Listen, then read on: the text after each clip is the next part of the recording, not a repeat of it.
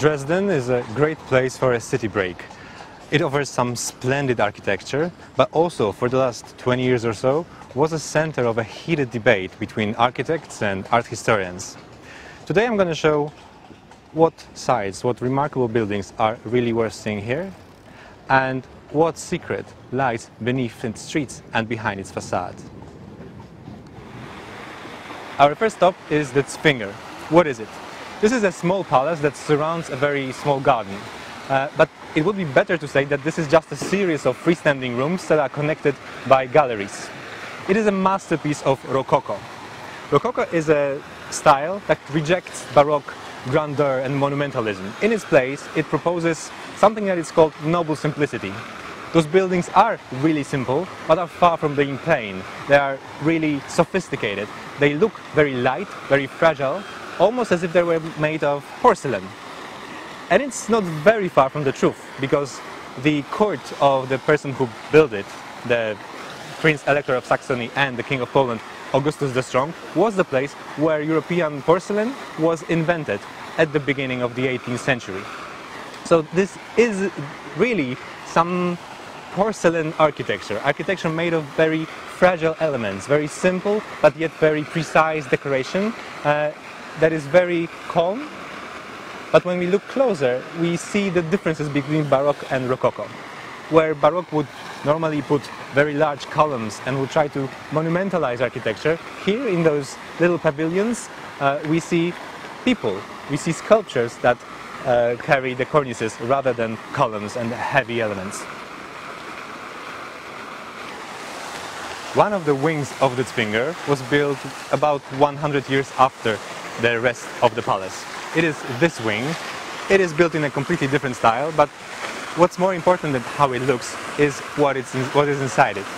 It houses the Gemäldegalerie Alte Meister, one of the most interesting and most important collections of European painting that you can find anywhere in Europe. Among its masterpieces is a painting by Raphael, which is called here Sixtinische Madonna. If this name doesn't tell you anything, then I'm sure that these two adorable little angels will. Once we leave the playful and cheerful architecture of the Zwinger, there is time for a more serious note. First up, the Katholische Hofkirche, court church of successor to Augustus the Strong, Augustus III, King of Poland and Elector of Saxony. How this church looks? It is a monumental late Baroque thing. We have enormous amounts of pilasters and two very large monumental solids put one on top of the other, plus an extra, slightly more airy tower. But a really splendid and monumental thing is directly opposite. This is the Semperoper, designed by one of the most renowned architects of 19th century, Gottfried Semper. How it looks? We have this slight curvature of the facade that suggests the outline of the audience chamber inside it. But the most characteristic feature is, of course, the monumental, the astonishingly pompous entrance. It looks as if it was not designed by an architect, but by a set designer. It suggests not architecture, but stage design that would be normally seen inside a building like that. Here, Gottfried Semper decided to announce the function of this building by putting this pompous element outside the facade. Along the Fürstenzug, a 102 meters long porcelain mural showing a procession of margraves, prince-electors and kings that ruled Saxony for over 800 years, we go towards the Neumarkt, a square dominated by one of the most remarkable Baroque churches in Europe. The Frauenkirche looks almost as if it was a cake made out of stone, but to me it is quite a tasty one. In my opinion, there is no other church like this anywhere in the world. We have this very soft, continuous curvature that seamlessly blends the nave through the roof with the cupola. Thanks to the fact that everything is made out of stone, it makes this church look as if it was one solid, one element just cut out of a giant piece of stone. But Dresden has a secret. 25 years ago, none of these buildings were here. They just did not exist.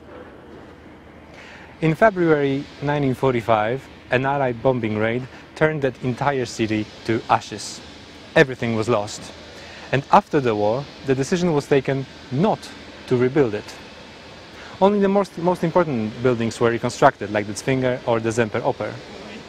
But this was just an open meadow with a tragic resemblance of the past. One wall of the Frauenkirche and a pile of rubble underneath it. It wasn't until the reunification of Germany that it was decided to start a rebuilding effort.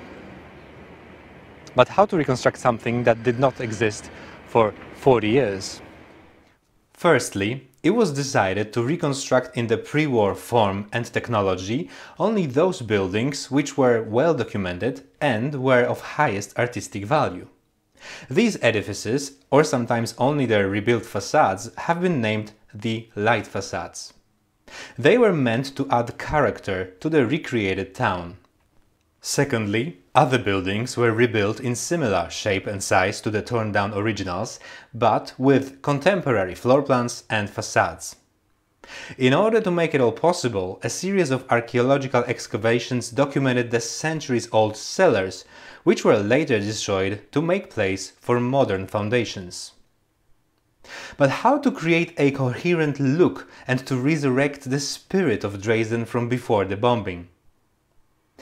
A set of strict rules regulate the colors of every element of the newly built facades.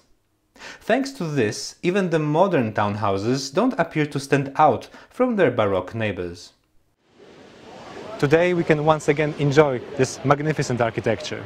The reconstruction of the Frauenkirche was the culminating point of the first phase of rebuilding of Dresden. But the reconstruction of the city center is not yet finished. Here, there is a construction site of a new old block. Thanks for watching this video. Click below to see a film about the reconstruction of Gdańsk in Poland and click here to subscribe to this channel. See you.